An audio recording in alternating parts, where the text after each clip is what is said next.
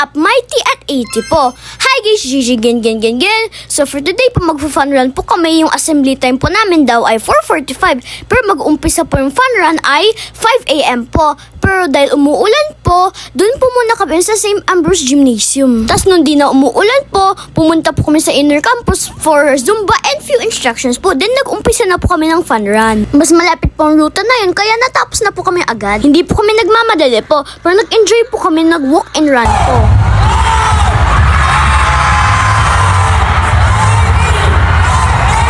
At syempre po ang pinaka-highlight at pinaka-enjoy po namin, basaan time.